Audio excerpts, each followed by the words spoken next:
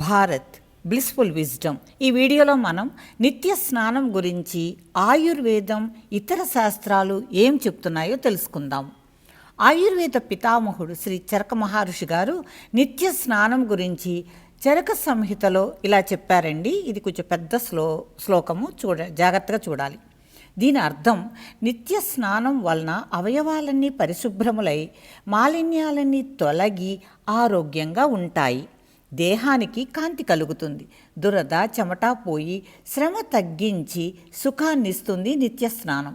నిత్య స్నానం చేయటం వలన పైత్యము, దాహము మొదలైనవి తగ్గి శరీరం విశ్రాంతిగా ఉంటుంది. అగ్నిదీప్తి అంటే ఆకలి, ధాతు వృద్ధి కలుగుతుంది. శరీరానికి తగిన శక్తిని, దారుఢ్యాన్ని ఇస్తుంది స్నానం. శరీరం పవిత్రమవుతుంది. స్నానం కొన్ని రకాల రోగాల నుంచి రక్షిస్తుంది. అనారోగ్యాల్ని శాంతింపచేస్తుంది. స్నానం మనస్సుకి హితాన్ని కావించి చిత్తశుద్ధిని కలిగిస్తుంది అని చెప్పారు ఆయన. అలాగే మనుస్మృతిలో స్నానం గురించి ఇలా చెప్తారు మనువు. స్నానం వలన బలం కలుగుతుంది, జటాగ్ని ఉద్దీప్తమవుతుంది, ధాతుపుష్టి, దీర్ఘాయువు, తేజస్సు, బలము కలుగుతాయి నిత్య స్నానం వలన. దురదలు, మురికి, శ్రమ, బద్ధకము, సోమర్తనము, దాహము, పాపపు ఆలోచనలు నశించుతాయి. భోజనం తర్వాత స్నానం చేయకూడదు.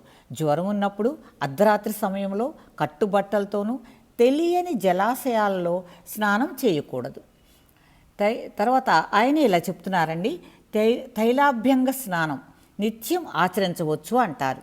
అది సర్వాంగాలకి శక్తిని, పుష్టిని కలిగిస్తుంది. ముఖ్యంగా తల మీద, చెవులు, పాదాలకి నూనెతో మర్దన చేయాలి. ఇటువంటి స్నానం అనేక అనారోగ్యాల నుంచి కాపాడుతుంది. భారతీయుల జీవన శైలిలో స్నానానికి అత్యధిక ప్రాధాన్యత ఉంటుంది. ఎందుకంటే స్నానం ముఖ్యంగా తల మీద, అరికాళ్లలో నూనెతో మర్దన చేయటం వలన ఆ విధంగా చేసే స్నానం అనేకమైన అనారోగ్యాల్ని కట్టడి చేయవచ్చు అని మన శాస్త్రాలు